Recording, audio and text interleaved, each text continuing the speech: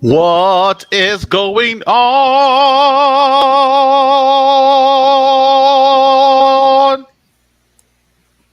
Yeah. Been watching Disney movies past couple of days. What's going on, everybody? And thank you for tuning in to another episode of the Man Up Real Talk podcast. I am your host, Mr. Mike Wiley, saying greetings and salutations to all of you, our faithful followers and listeners. Man, look, y'all know we appreciate every like, every click, every download, and whatever it is that you do to support this podcast because we know that had it not been for you all, wouldn't be no us. So we thank you all for that. I hope the live is okay because Comcast has been on something personal for the past day or so. And so I don't know if this is janky, if it's freezing or whatever, man. Please let us know in the comments so I know how to address my angry email to them when I get off this live. But but we appreciate y'all and whatever it is that you do to support this podcast. Listen, if it's your first time joining us, I want to say thank you. Thank you for hanging out with us. Pull up a chair. We're gonna have some good conversation. I hope you enjoy it. And if you can do me a favor, I need you to like, tag, and share this video. If you want to Yes. support this podcast, you want to support this show, the best and the cheapest way of doing it is to like, tag, and share this video. It Yes, takes you sir. all of 5, 6, maybe 7 seconds. If you're not that tech savvy, it might take you a little while to figure it out. But all you have to do is like it and then share it. And if you know somebody may be interested, just go ahead and type their name in the comment section That's and right. they'll get the message and let them know so they can come on over and chat with us. If you're joining us again or if you're coming back for another helping, we say welcome back because your boys is back on the air with the Man of Real Talk podcast for the people. And joining me as always is my partner in crime, Mr. Philip Hines, aka Mr. Classic, aka OG Triple O Chicka Chicka G is in the building. What's going on, man? What's going on, brother? How you feel? I'm feeling great, sir. It's Friday, and God is awesome. Yes, he is. That's all I can say. He is awesome. And actually, listen, You know what this is? that's a pillow. Now, this is Harold's that's going to get dealt with after the show.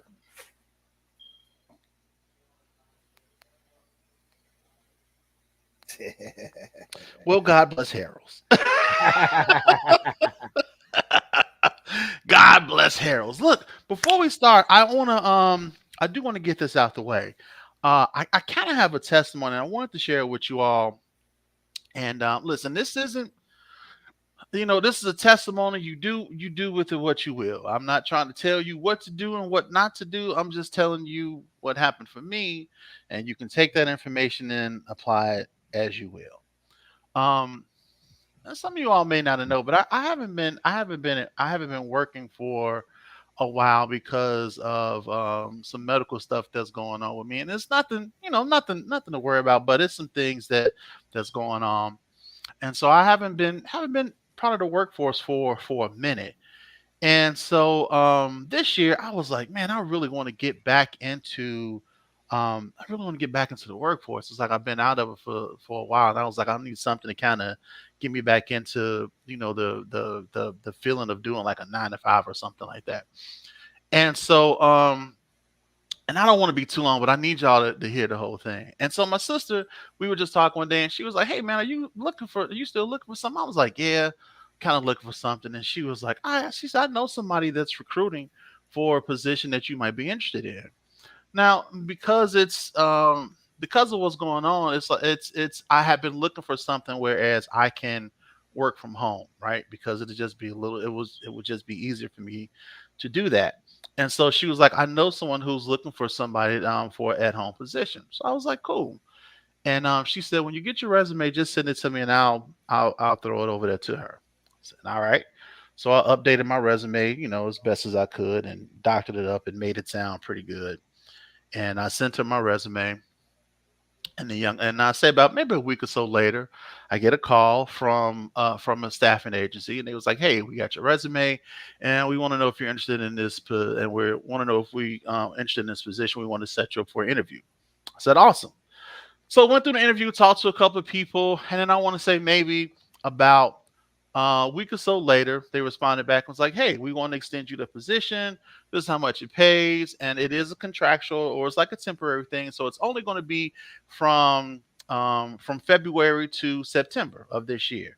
I was like, that's fine. I'm like, I just want something to do. I'm like, that's plenty of time for me to, save a little money. You know what I'm saying? Spend a little money, and pay some bills, do whatever it is I needed to do. Mhm. And so that was great. I mean, it probably was like maybe about 2 weeks or so. I went ahead and I got the job. Now, here's the crazy part. I told my sister, I said, listen, make sure you tell your friend thank you for me because I appreciate her submitting my resume. And so a couple of days later, she called me back and she said, Mike, I got to tell you this. The young lady who submitted my resume told her what happened. So apparently, she had received over like about 100 or so resumes from people that wanted this position.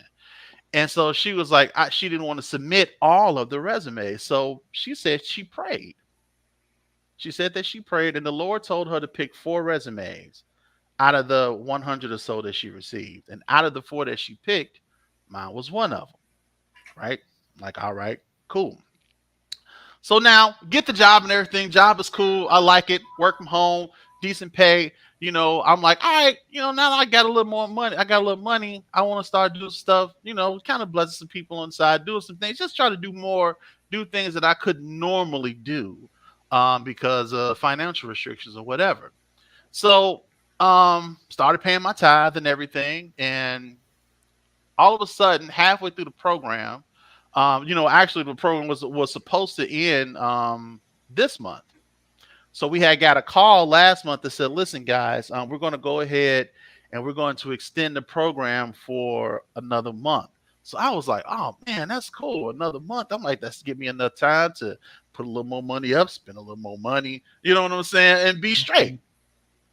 So paying my tithe, and there was some stuff that I wanted to do. Like I'm going on a cruise next year because I'd never been, and they finally convinced me to go. So I said, fine, I'm gonna go. And I was like, man, I can pay for it, but it's Hey, like what crew? Hold on, what crew?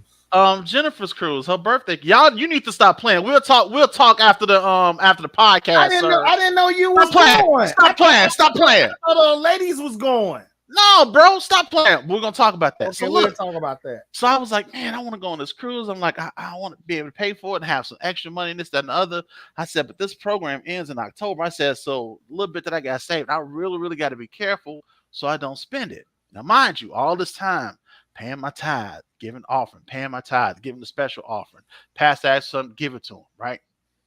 So I was praying about, then they was like, hey, listen, guys, just to let you know, the program has been extended until January. So I was like, oh, snap.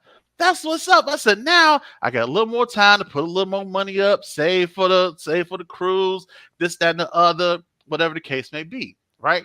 So paying my tithe, special offerings, whatever the pastor say. I'm sowing into other, and then here's the thing: I'm sowing into other ministries. You understand what I'm saying? Like I'm sowing seeds in other ministries too, not just my home church, but other ministries that I believe in. I'm giving a little bit here, giving a little bit there.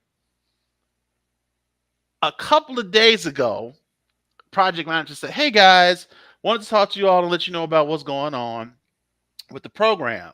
Now I know we had said that we were going to extend the program until January, but that's not true. It's not going to be extended until January. And I was like, "Oh no!" She said, "Actually, we're going to extend the program until December of 2023." I was like, "Wait, what?" She was like, "Yeah, we're extending the program until December of 2023." Mind you, bro.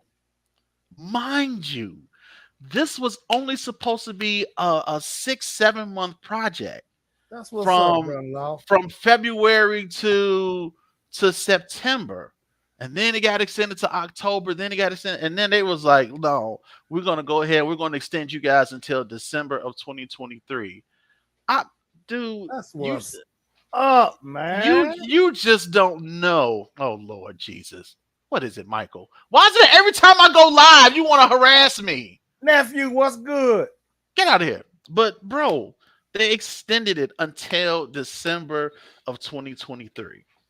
You don't even understand, man. I Man, like I y'all understand. don't even know. And I know this God's is good, ain't he? man. I know this is kind of outside of the realm of what we normally do, and it's not what we wanted to. What we were, not on the subject of what we were talking about. But I just wanted to put that out there because it's so much talk about like the whole thing with Creflo and about how you shouldn't tithe and this, that, and the other, and how it's not necessary. And I'm not telling you what to do with your money and how to do it. All I'm saying is what worked for me is that when I start paying, when the Lord blessed me with the job, I made sure that I said, well, Lord, I'm going to give you yours back. And I gave that back and then some. And then I sold in other ministries. I sold in other people. And I kept paying and didn't think twice about it. And he extended this program from 6 months, 7 months to almost a 2-year program. Come on, dude. Now y'all take that the way y'all want to, but all I know is I know it worked for me. And he did me a great deal. So now I got a little more time to put up a little more money, spend a little more money, pay some bills, possibly go on a cruise and do some other things. Nigga, I got Black Friday money. You understand? You understand what I'm saying? I haven't done any shopping on Black Friday in a minute, man. So I'm feeling pretty good. I just want to share that with you all because God is awesome, and He is doing great things. Not only just in that area, but He's just doing great. And here's the funny part: the crazy thing is, like I've been saying, I'm like, dude, I had a need to travel. I'm like, I want to go somewhere. I want to do something. I want to get out of Chicago. I want to see something different. And man, the way all of this stuff is working, it's just Lord, you are awesome. He's just working it out, man. You are awesome. So I'm trying to keep it contained, but man, it's just he did that thing, and who knows? If it wasn't for your love. And here's the crazy part: I work for the state. I work for the state of Wisconsin. I don't know where I'd be without you. I couldn't even get nothing in Chicago, but I work for the state of Wisconsin. Bro, they sent me everything. They sent me all the equipment that I need. They sent me an iPhone, everything that I needed for the job, fam. Who opened doors that I cannot see? Come on, Phil. Jesus will. I can't sing, y'all. I know, but it's all right though, it's man. Perfect time for that, dude. I just wanted to share that with you guys. As Michael is dancing in the hallway. When I'm in trouble. God is awesome, bro. I mean, dude. I know we get a lot of flack from a lot of people thinking that we're so anti. Right, and it's so crazy. Right there, let you know God is awesome, man. I tell anybody, give him a try, man. Don't just listen. Give him a try. Give him a try. And I'm telling you, man. And look, if you're not a tither, all I'm saying is give it a try. So your seeds in good ground, and see the fruits of your labor. That's the key. That is the key. You want to make sure that the ground that you're sowing in is good ground. Yes, sir. You don't just because if you're just throwing your look again, this is not on site, but let me try to teach y'all something real quick. There's keys to giving, right? It's keys to giving. Number one, you want to be a cheerful giver. Yes, sir. If you giving begrudgingly, if you giving because you feel that you have to, or whatever the reason may be that you giving, or you giving just because you don't want to feel guilty, that's not being a cheerful giver. Yes, sir. When you give, you ought to be happy that you are giving, that you're able to give, that you can say, Lord, listen, I know you can do more with this than I can. Yes, sir. So I'm going to give this to you and let you multiply it. And then make sure that the ministries that you're sowing into are good ministries. I'm not finna sow into dude that's out there with the Fendi suit on and he out there and his car is worth $100,000 and he got a storefront church in his rundown. Not giving you a dime, son. It don't work that way. Nah, I'm not giving you nothing. But if it's something that if you looking at the person and you see what they're doing and you see the work that they're doing and you see that they're doing the work for the Lord and the work that they're doing is good, sow into that ministry. Nobody says you can't sow into another ministry besides your own. You absolutely can. Do that. You know what I'm saying? And I'm gonna tell you another secret. You gotta be a good steward over your money. Yeah. You got to. There's no way in the world God is gonna bless you with $1,000 if you can't manage $100. That's right. He's just not gonna do it. He's not gonna do it. Be a good steward over your money, and if he can trust you with it, he gonna bless you with it. Mm-hmm. That's all. That's all, and that's all I'm gonna say on that. Y'all take it the way y'all want to. God is awesome. We're gonna move on. That's all. God's everything. Now let's get on this chop. Brett Favre. Let's talk about this nigga Brett Favre. Since nobody else want to talk about him, guess what? We gonna talk about him. Nope. Have you heard anything on the news, Phil? I hate to say it, women get cheated on every day, B. Brett Favre cheated the whole state out of money. We gonna talk about Brett Favre. Whatever going on with Neil Long and dude in Boston, that's their business. What is going on with that? I don't want to talk about it. He cheated. He did whatever he did with common folk stuff. We're going to talk about this scumbag. Do you know Mississippi is the poorest state in the country? So we're going to talk about Brett Favre. So look, real quick, for those of you all that don't know, because they ain't really been talking about it on the news. Nope. Brett Favre, who used to play quarterback for the Green Bay Packers, just saying, this cat got caught in a scandal. Now, peep game. The governor of Mississippi is connected with Brett Favre in a welfare scandal where they were funneling money from welfare. The welfare for Mississippi, one of the poorest states in the United States. They were funneling money from welfare funds from Mississippi to fund a $5 million volleyball facility to build at the college where Brett Favre's daughter attends school. Yep. So let me say that again. This man, with the governor of Mississippi, took money from welfare recipients. Yep. Took money from people from low income who didn't have money to support, who don't have enough money to support their families, who need this assistance. Mm-hmm. He took money from those people. Yeah, he did. From poor black neighborhoods. Yes, sir. To build a volleyball facility at the school where his daughter goes. Southern Mississippi. Also his alma mater. Why is nobody talking more about this? Why? But you know what got attention? I'm going to tell you what got attention. Jameis Winston stealing $32 worth of crab legs. At Florida State when he was a college student. When he was a college student. Oh, that got all the attention in the world right there.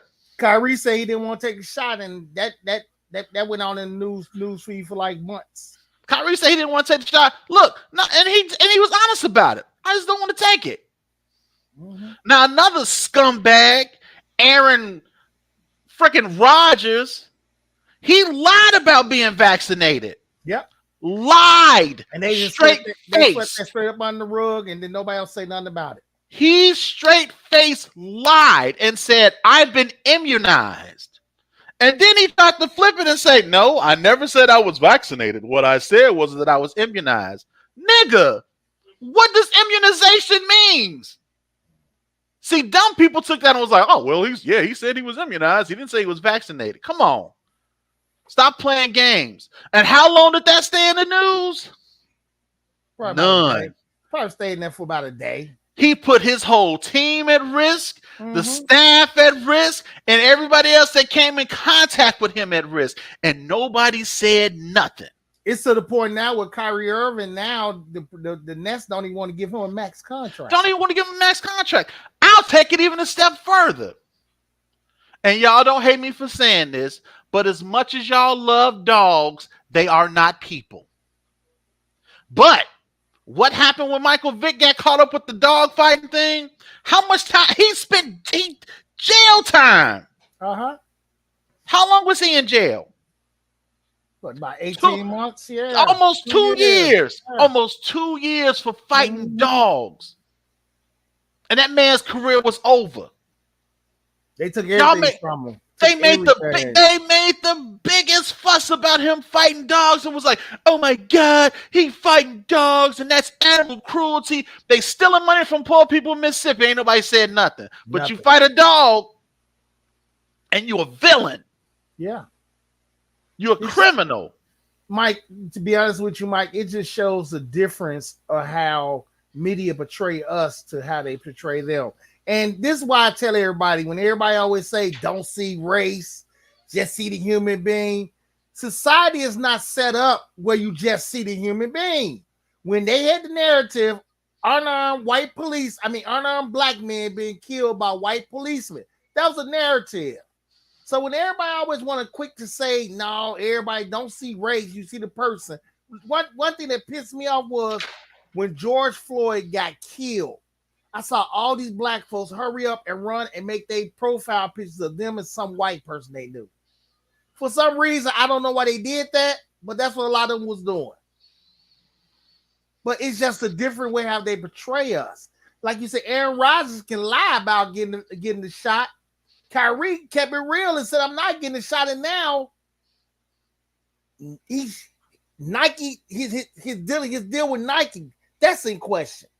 The Nets don't even want to get this young man a doggone max contract. Now, I'm going to keep it real. A lot of stuff he did, a lot of stuff was put on him, but he helped flame that fire himself. Yes, but it's just the way it was portrayed. Right. They played him out to be a villain. Right. Brett Favre, the only person I see go in on Brett Favre real hard, Stephen A. tried to.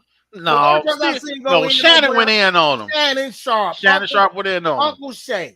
And then here's what's crazy. Skip tried to say, well, what are you saying? He was like, are you trying to say that it's a race thing? He said, well, you know what? Since you want to go there, yeah, it's a race thing. Yes, it is. Yes, and if you don't believe it, look, since you talked about police brutality, let us not forget a young man by the name of Colin Kaepernick.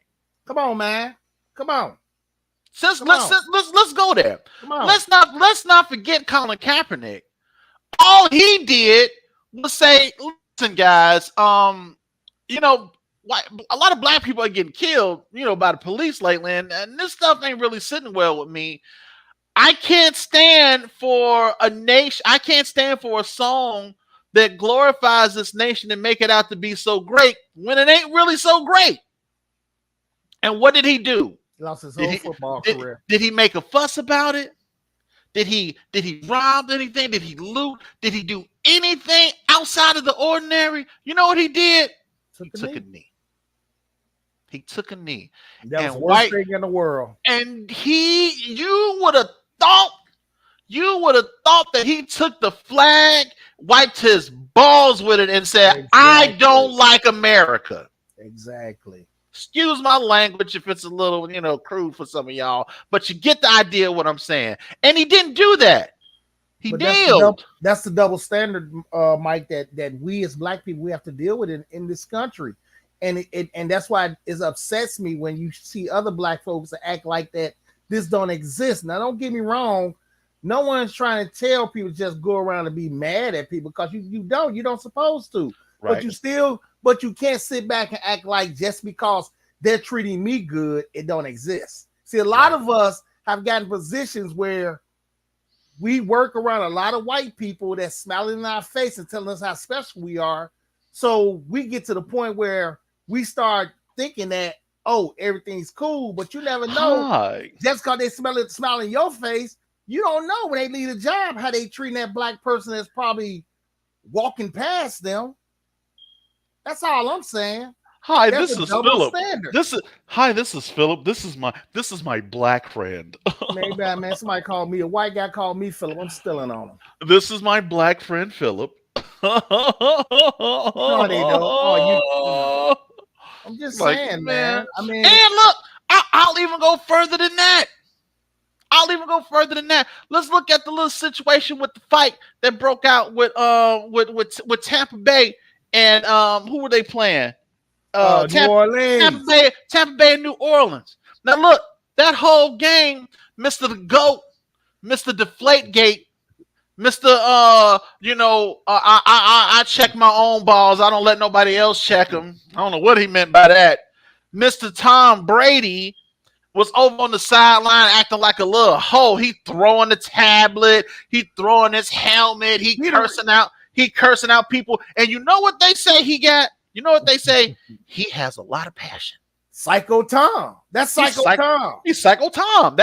He's a winner. He's a winner. Odell Beckham and Terrell Owens, when they showed passion, they're team killers.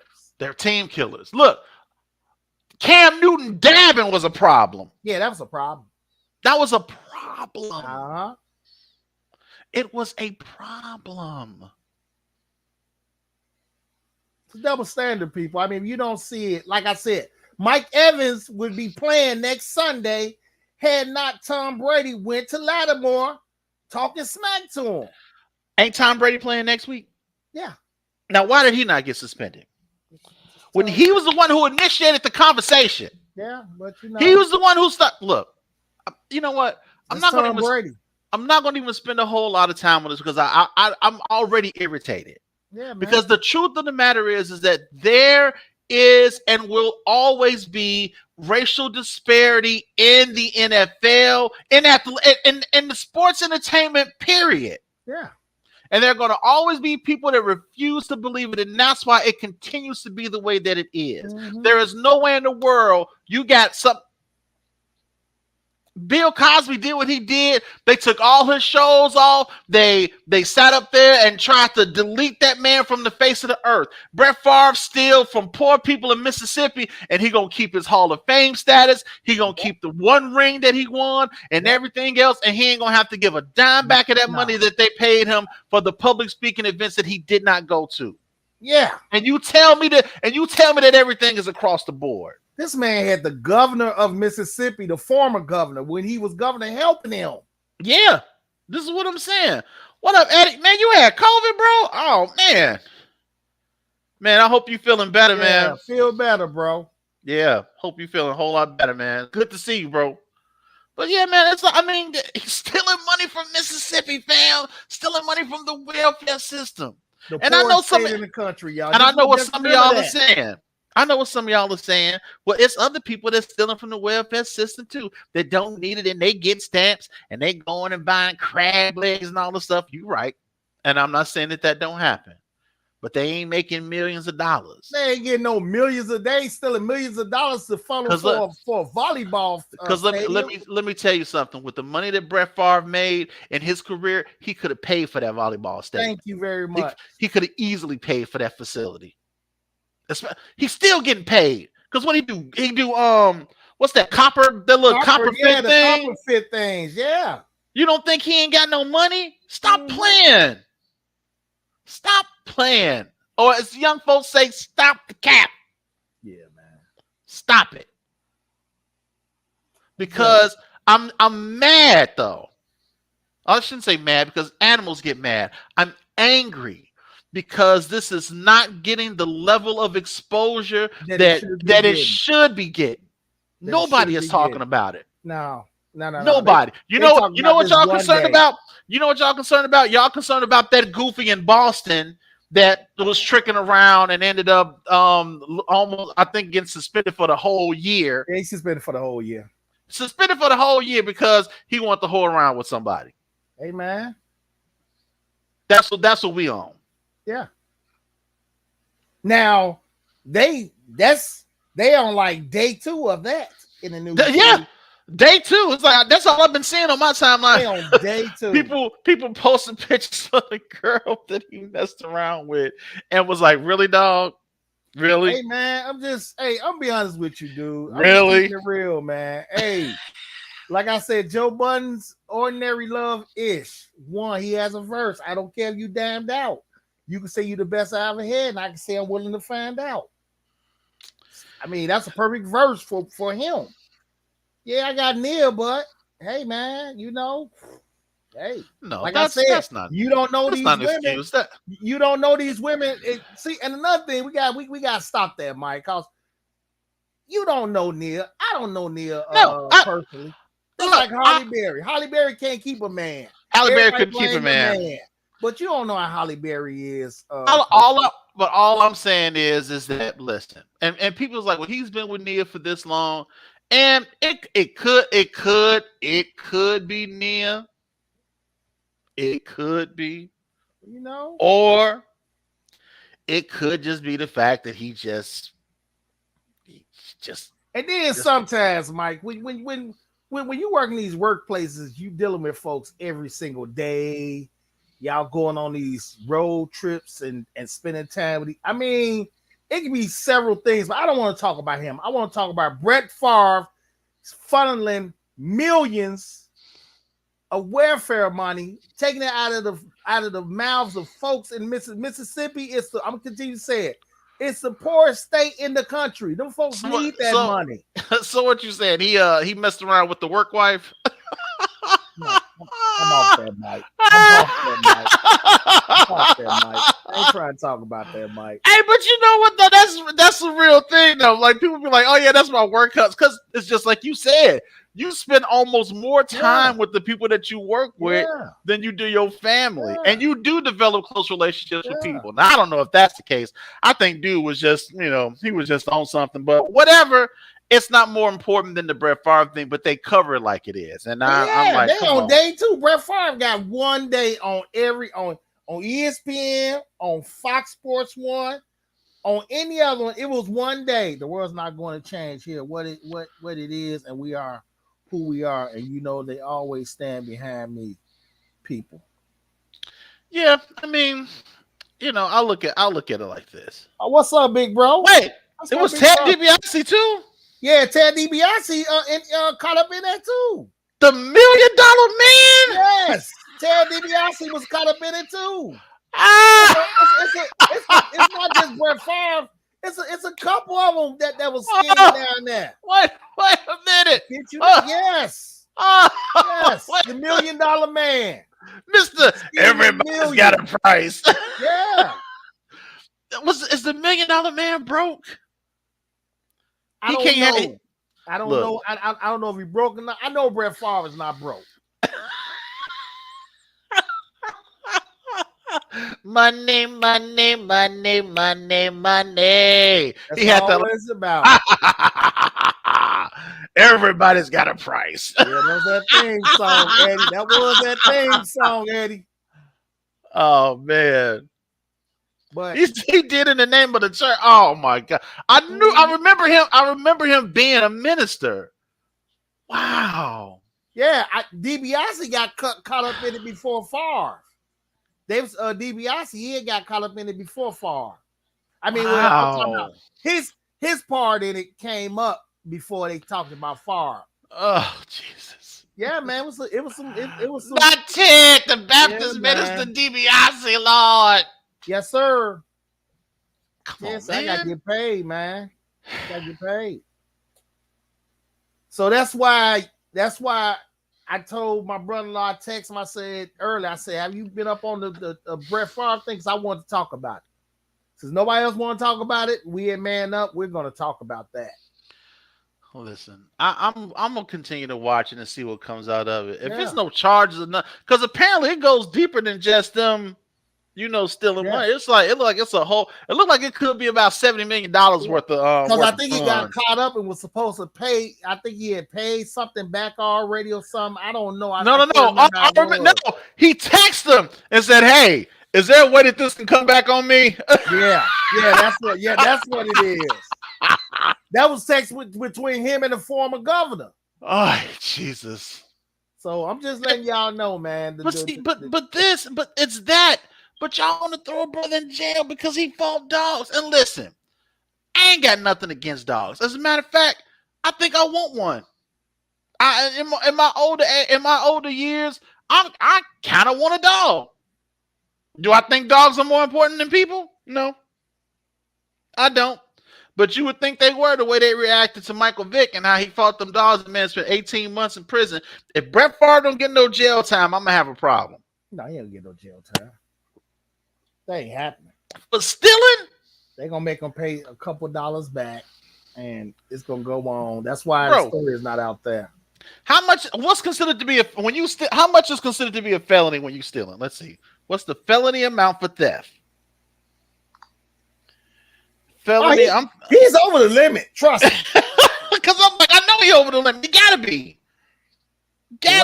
What they gonna do, Mike? They gonna make him pay a little fine, felony. $2 million, and then everything will be swept behind. You know, that's where it goes, bro. Everybody must be looking this up. This is the first thing that popped up, nigga. $500 in value or theft of property exceeding $500 and not exceeding $10,000 in value is a class 3 felony. $10,000 is a class 2 felony. Anything over that is considered a class 1 felony. Nigga, that's jail time. If Brett Favre don't go to jail, he not. I am going to have a problem. No, he not. He ain't going to jail, man. Come on, it's Brett Favre.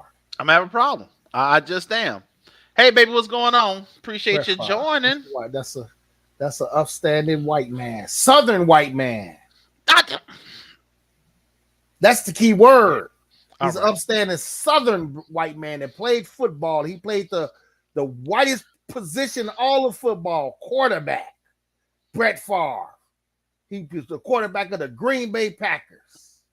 Super Bowl Hall of Famer. He played into his 40s. Boy, he could sling it. He was the original gunslinger. He was the original gunslinger. Get up out of here, man. Ain't nothing gonna do with him. Mike had always been a scumbag. Mike had a whole experience going on in Atlanta. They took all of it from him. Remember Michael Vick experience? Couldn't nobody touch Vick in Atlanta, man. Come on. Man, they caught his cousins fighting them dogs. They took all that from Nike. Took everything from that man. That was the plan, dude. They wanted to strip him of Michael. What a lot of people who don't follow football don't realize is that Michael Vick was the prototype to every quarterback, every young black quarterback that's going on right now. He was the prototype for your Lamar Jacksons, for your Justin Fields. He was the one that they looked at. Could nobody touch Vick? Mahomes, all them cats. You want to be real? Some of these young white boys too. Let's go. White quarterbacks is the Josh Allens and all them. Absolutely. That Mike Vick experience in Atlanta was something different in the early 2000s. Absolutely, bro. So I think it's shady dealings. I hate that he's getting away with it the way that he is. I hate that nobody is talking about it like they should be. But we just wanted to bring awareness, man. And look, this is it's terrible. And like I said, though, that racial disparity is something else, and it's black athletes are never treated like the white athletes are treated. Never. You know, everything. Never. You know, with white people is passion, with black people is hostility. Yeah. You know, even the way they grade the athletes. When they talk about black quarterbacks, I mean, when they talk about white quarterbacks, what do they talk about? They talk about their skill set. They talk about their football IQ. When they talk about black quarterbacks, what do they talk about? Their physicality, you know, their speed. Oh, he can run, he can jump, he can do this, he can do that. They don't talk about football IQ with black quarterbacks. Yeah, it was, it was two positions that blacks couldn't play back in the days. Yeah, it was quarterback and what else? And linebacker. And linebacker. Because those are two positions that they thought they got to think. Yeah. It's too much you got to manage. Yeah, man. Black people can't do that. They can run, but they can't manage. Yeah. Whatever, man. I'm done with it.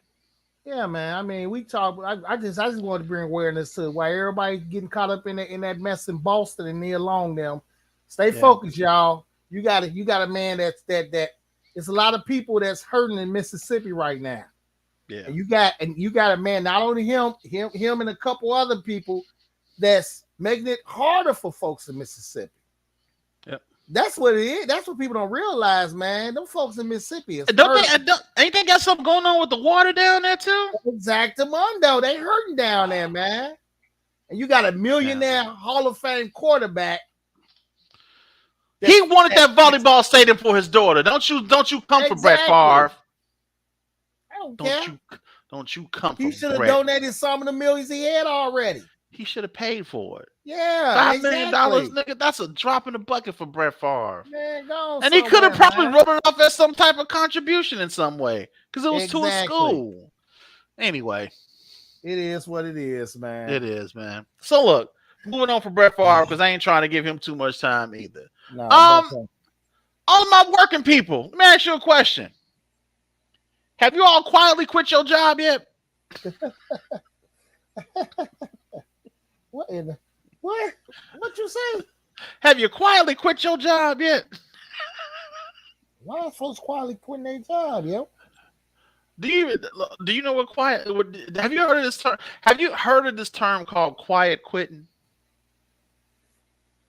Quiet quitting. Quiet quitting. Yes. Have you heard of that? No, man. Explain that. Okay, so there is now this trend that's happening throughout the workplace called quiet quitting.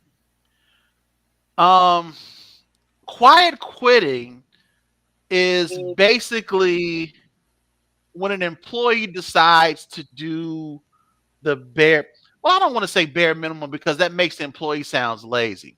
Quiet quitting is basically when an employee decides to do only what's in the realm of his or her duties or responsibility. So in other words, if you're a cashier, whatever your duties or responsibilities are, that's what you're going to do because that's what you're getting paid for. So nobody is, it's like that whole let me go above and beyond mentality. Nah, bro. Ain't nobody trying to do that no more. Because, and the reason behind it is that people are burning themselves out, putting in extra hours, putting in extra time, doing jobs that they're technically authorized for, but don't have, that they don't have the title for the stuff that they do, doing other people's job. You training people and you're training people and you're not getting paid to be a trainer. And all of us, I'm sure, have been in that situation. I know I have on more than one occasion. As a matter of fact, I worked as a part-time employee one time for a video game retailer. And the store that we worked and the store that I worked at was a training store. I was training store managers as a part-time employee. But I was getting paid as a part-time employee. I did not get paid as a trainer. So people are waking up to the fact that they're overworked, underpaid, they're burning themselves out for employers that could probably care less. And so they're like, you know what? Not doing it anymore.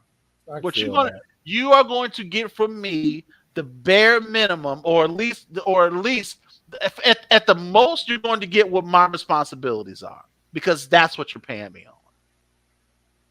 So they quietly quit going above and beyond, providing that superior service and not doing it anymore.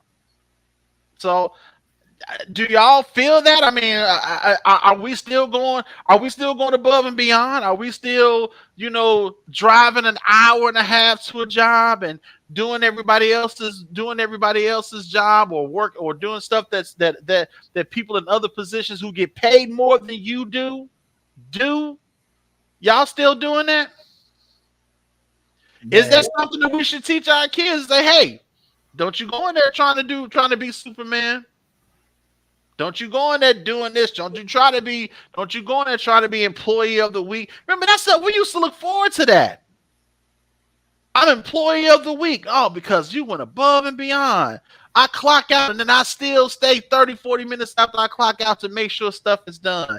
I get there an hour earlier and don't get paid for it to make sure stuff is done. I'm doing things that other people are getting paid more to do. And for what reason?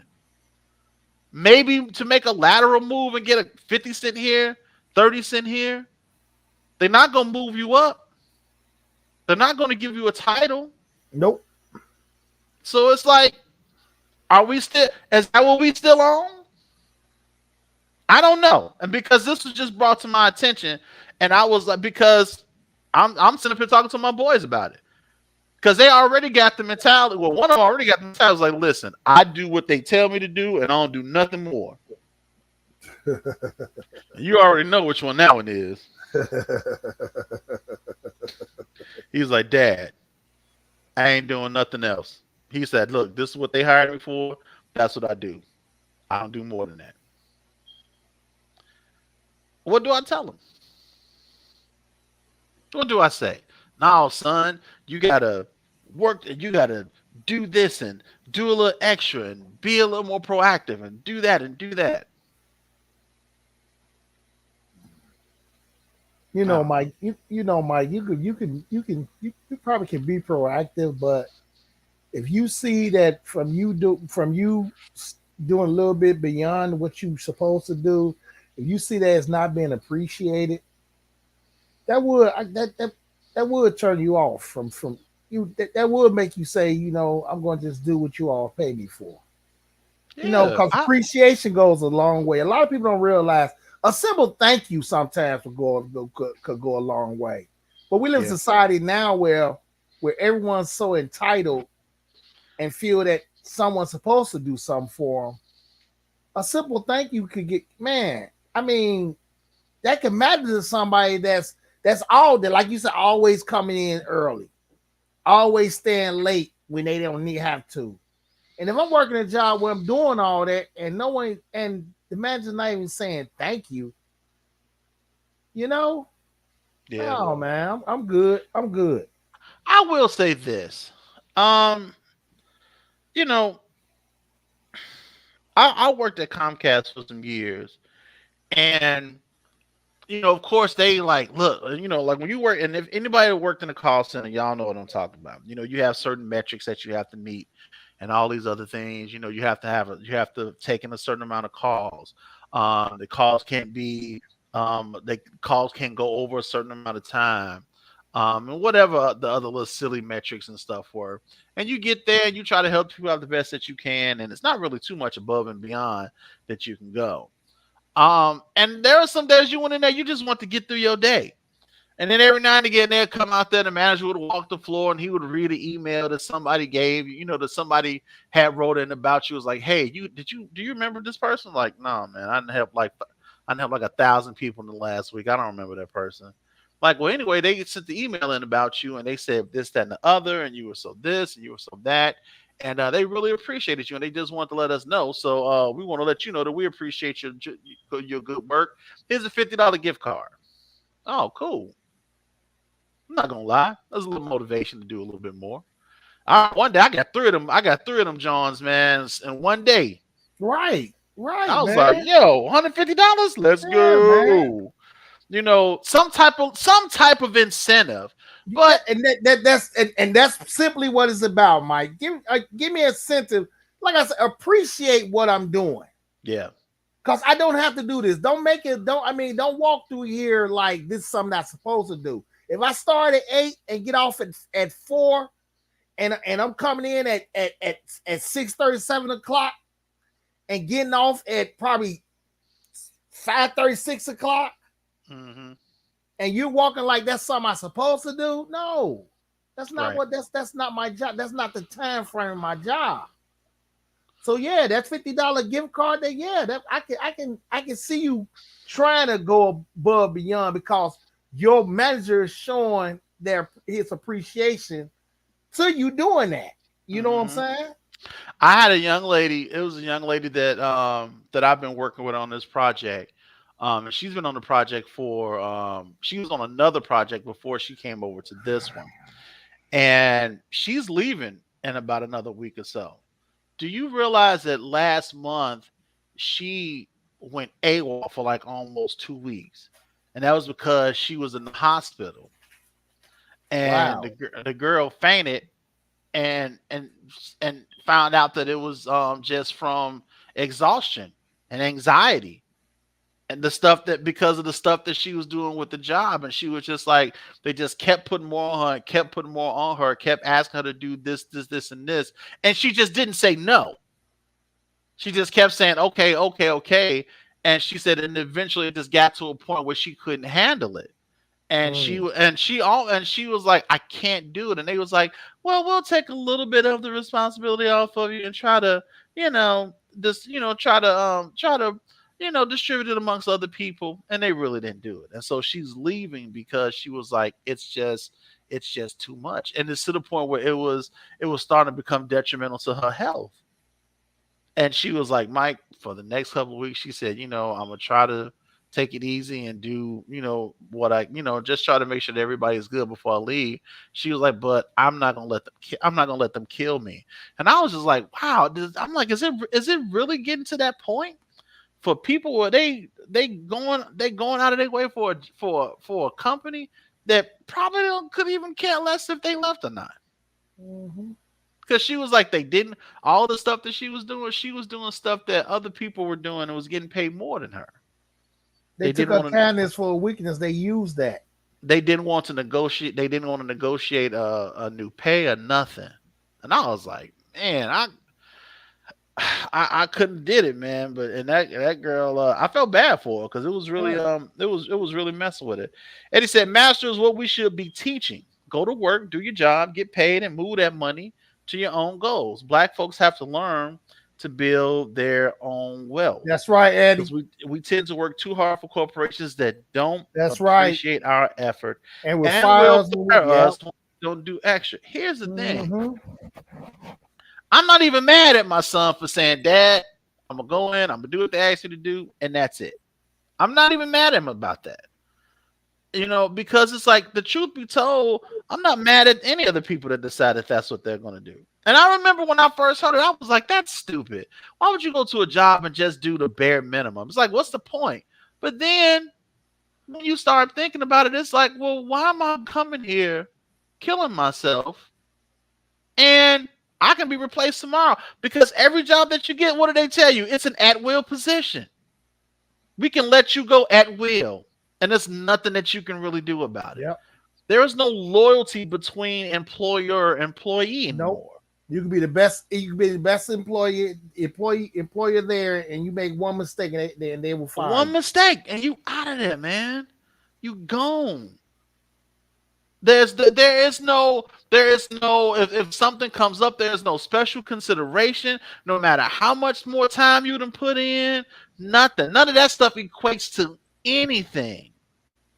I am not mad at the people that say I'm going to quietly quit. I'm mad at the employers. I'm mad at them guys that sit in that office and make billions of dollars, and then just and don't even know what the people in the trenches is doing, and you don't care because they're nothing but a number to you. Yep. The only thing that matters is what's coming to the bottom line. You don't matter, and I hate saying that. Because I don't want to discourage anybody wherever you're working. If you're working, man, keep doing your thing. I'm not trying to discourage you, but just know they don't care about you. Because here's the thing about employment that's funny to me. When you get hired for a job, and I want y'all to really think about this.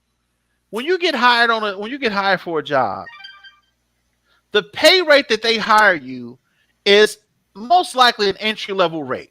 Right? They're hiring you because you're coming in at an entry level. You really don't know much about the business or whatever. But their expectation is that you get better. Right? They expect you to get better at your job. They expect you to learn more about your job. And as you learn more, in most cases, what do? You end up doing more on your job. Mm-hmm. Why is it that your pay does not reflect your growth? It never does. Oh, you might get a dime here, after they review you for a year. You might get an extra quarter or something like that. If you can speak Spanish, you get an extra $1 because you're bilingual. Yep.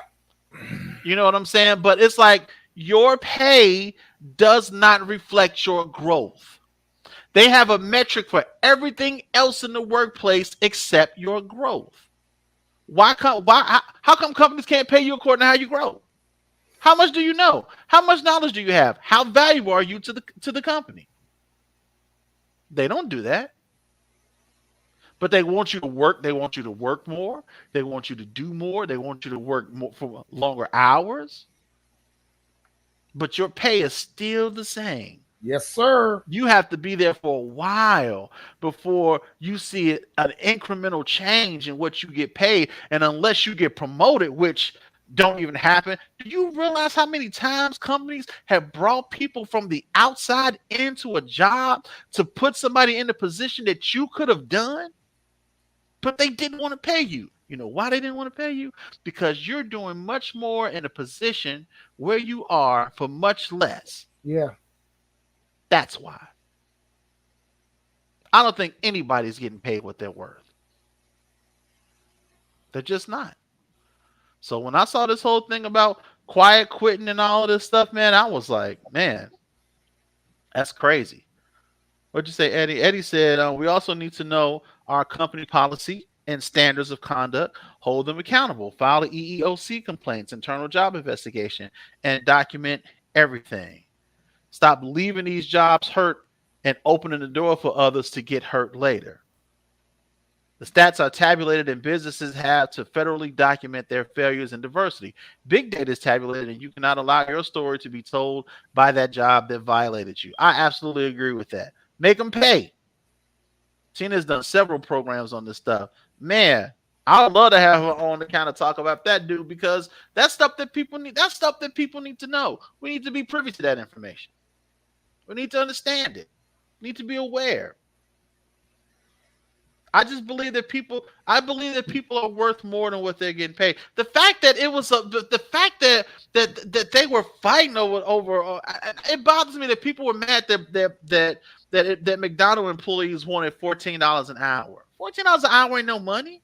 Not at all. Especially not for a family of 4. That's nothing. In this day and age, you still at the gas station making life-changing decisions. Do I want to buy gas or food? So, I mean, they was making a big deal about $14 an hour like it was something huge, and it really isn't. Don't get me wrong, 14 is better than nothing, but I'm just saying, and here's a fun fact. More than 50% of the workforce in the U.S. has quietly quit. That's crazy to me, to even think that. Nina said, I have a job right now that is negotiating my pay rate. That's negotiating my pay rate because I'm overqualified and they want me, but I don't think they want to pay me what I'm worth. No, they don't. They don't want to pay you what you want. Not at all, sis. They ain't trying to pay you. Dean says, we have never as a people been paid our worth or value on any job. However, as a people, we have to remember we work providing excellence. We work providing excellent because it's our honor, integrity, and name that we are always protecting. I believe now that's a good point of view. Yeah, that is a good point. Now, here's the thing here's the secret with quietly quitting though. You can do the bare minimum and still be excellent in what you're doing. Mm-hmm. I'm not saying that you go in there and slack. No. You get fired, that's gonna be your fault. Because if you get fired, that's on you. But what I am saying is that, listen, don't be stupid. I look, because here's the thing. When my first job, I'm finna date myself. My first job out of high school was Montgomery Ward. Oh wow, and my first job was McDonald's. Yeah, see, yeah. My first job was Montgomery Ward. As a matter of fact, I worked out at Ford City when it was out there. Okay. Now, here's the thing. They still had a train. This is when they still had the training facility downtown on 800 North Chicago. And I remember I went down there for training. We trained down there for like about 4 days. And on the 4th day, the guy was talking to us and everything because we had pretty much finished our training. We were just waiting around to leave. And it was something that he said that really kind of set the course for me. And he was just like, and this was like when Best Buy was starting to come up, and Circuit City and Value City Furniture, because you got to remember Montgomery Ward's was a big box store. They sold everything. Yeah, they did. But these stores like Best Buy, that's a specialty store. So they were able to sell their electronics cheaper than Montgomery Ward's because that's what they specialized in.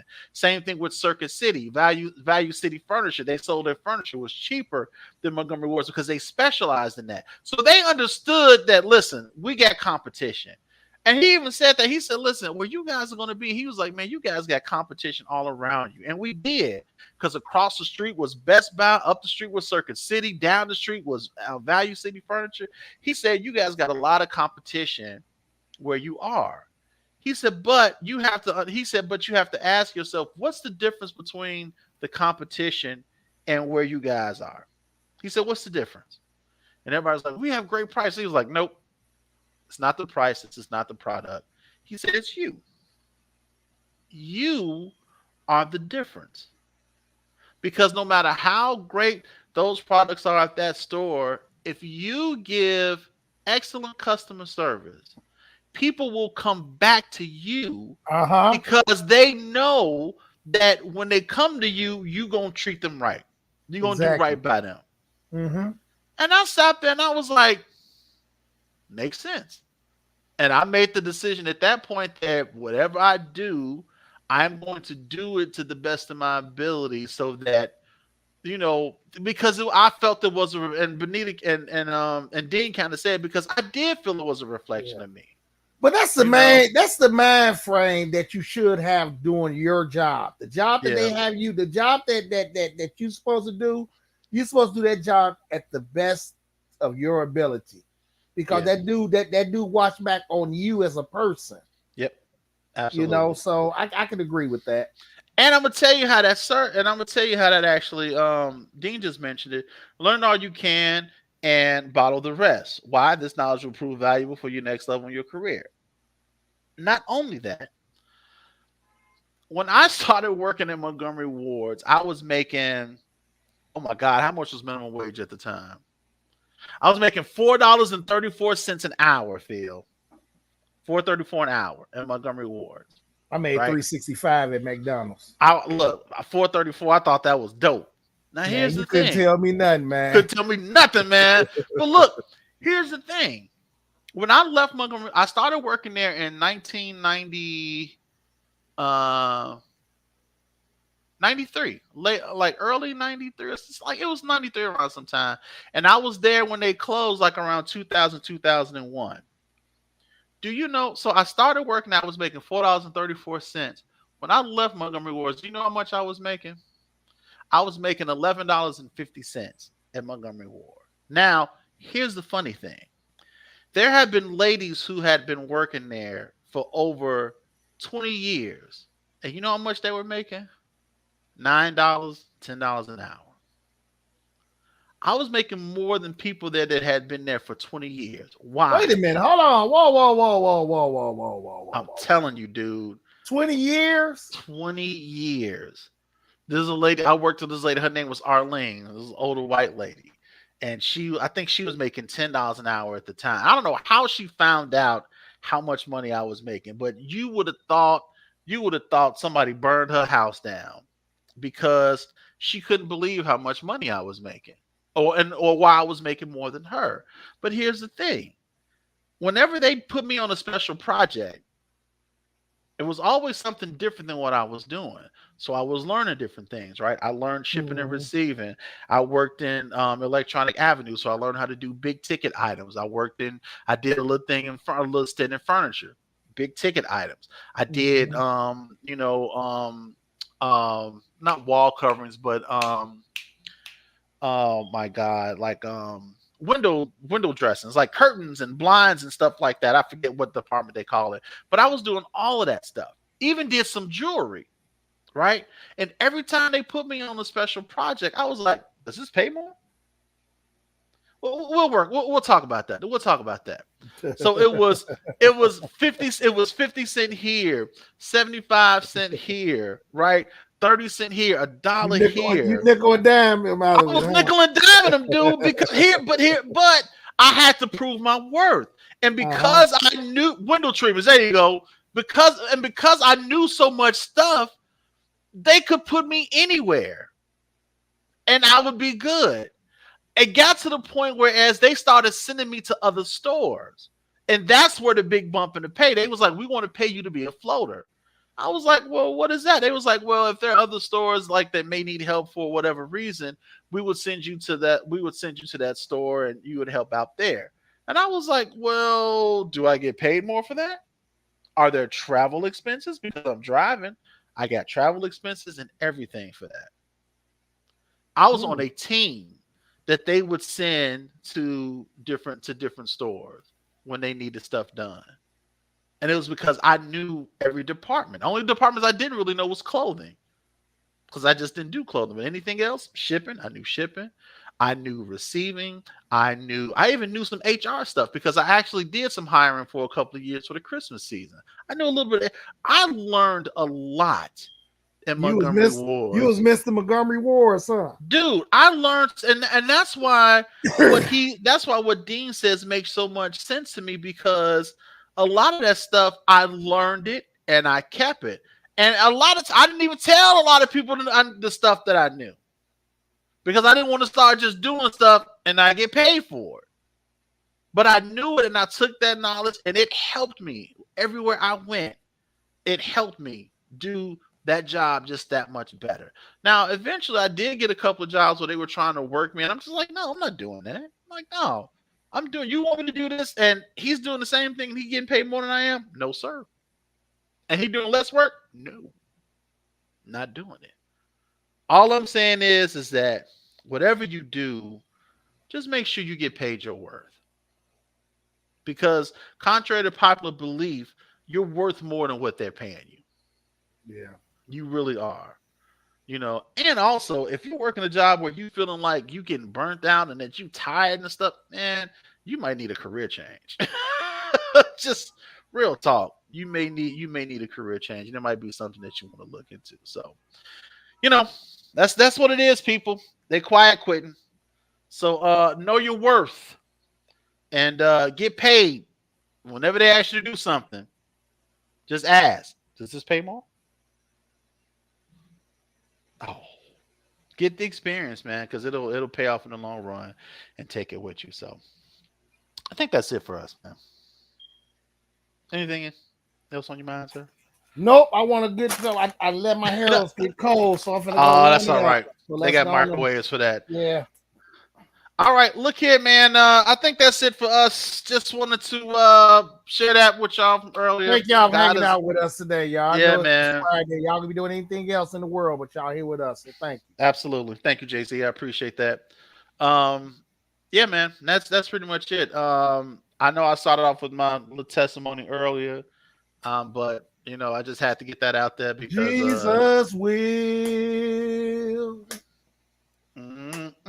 Jesus will.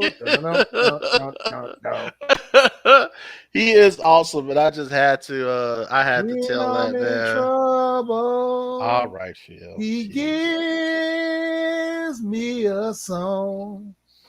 Come on, man. That's about all you know from that song, ain't it? He makes me do right when I would do wrong. Jesus will. Oh, yes. Jesus will. Yeah. But look, I love y'all and appreciate y'all, man. Y'all make it worthwhile. And y'all the reason why we do this. So keep supporting. We're going to keep on doing it. Keep on listen, for all my sports fans out there, if you ever want to chime in, talk some Bears football, we do it every Tuesday. Yes, sir. Immediately following my church's Bible class, of course. So we generally do it about 8 o'clock or so, 8:10, 8:15. And we talk live sports. We talk about them Bears. Yes, sir. So if you're a Bears fan and if you understand the misery, if you understand the misery that us Bears fans go through, we might be happy though this Tuesday, y'all. I know you picked last. This Tuesday, we might not. Now, this past Tuesday, we was kind of in a funky mood. You see, I didn't get nobody the game ball. I did none of that. That's because Aaron Rodgers owned us, son, with his discount double check. I can't stand him. This is not the podcast to talk about that. We don't talk about that on here. But if you like sports, Yes, sir. Moving the Chains is the podcast where we talk Bears football. It's a Bears fan It's a podcast for Bears fans by Bears fans. So if you're a fan, you might want to tune in every Tuesday. We talk about the game, talk about the good, we talk about the bad, and we give our predictions for the next game, and we hand out game balls at the end of the show. And we shut it down. This is quick and to the point, but it's good conversation. Look, we love the Bears, and as miserable as they are sometimes, we're miserably devoted to them. My whole life. I don't know any other football team. I haven't rooted for no team in my life other than the Bears. I'm a Bears and Chicago Bulls fan. My whole life. I had William Perry, Walter Payton, Mike Singletary. I had all them guys on my wall, the whole squad. And I'm a diehard, so I root for them when they garbage. Right. Like when they going through the garbage years, like what the Bulls been going through these past couple of years, I was watching them, supporting them. The Bears. My guy Cuddy. A lot of people don't like Six God. That's my dude. We're not talking about him on this show. Okay. We don't talk about Jay Cutler. Right. It's just like Bruno. We don't talk about Cutler. We just don't talk about him. I know, Kevin. I know that was 85. My point is that I've been a fan since then. That's when I started liking sports. That's when I started following the Bears. Hey. I know it was 85. I know this is 2022. I still gotta support them. I don't know nothing but the Chicago Bears. I'm just gonna be honest with you. I ain't gonna tell that lie. I know other teams. I mean, I'm talking about what far as rooting for. Now, don't get me wrong. I ain't gonna tell that lie either. I root for other teams. There's been players that I have liked on other teams, but when it comes to the team that I root for, I root for the Chicago Bears. I am secretly a Dallas fan. I am secretly a Giants fan. Oh, I don't know what it is, man. I love Jesus man. Christ. Look, do you know? Look, I was working at Comcast when they won that Super Bowl against the Patriots. Boy, you couldn't tell me nothing. I was collecting money all that day. Anyway, I like the Giants. I used to be a Bengals fan, but now I like the Bengals quarterback. Who, Burrow? I love Burrow. I want a Burrow in my fantasy squad. Matter of fact, I just thought about it because of Tom Brady punk behind. I had to bench Mike Evans. I think Gabriel got Burrows, and he's frantic about it too. Yeah, Burrows is nice though, man. Burrows is nice, but that's football talk. We talk about that on Tuesday. Yeah. So if you into sports talk, Kevin, since you got so much mouth, why don't you come on this Tuesday? Come on, why don't you come on? Let's see. Since you he's a Broncos fan. No, he ain't no Broncos. You know what he is? He is. Is he a Broncos fan? Yeah, he's a Broncos fan. Really? Denver. I guess. He likes Denver, and I think his NBA team is because me and Kevin grew up together. What? I've been knowing Kevin since I was a kid. What? Yeah, we grew up together, come from the same neighbor. I've been knowing Kevin since I was a kid, man. Me and this man grew up together. What you say? I think his NBA team is those boring Spurs. The Spurs? That's because the Spurs are just absolutely Broncos, and your NBA team is those boring Spurs.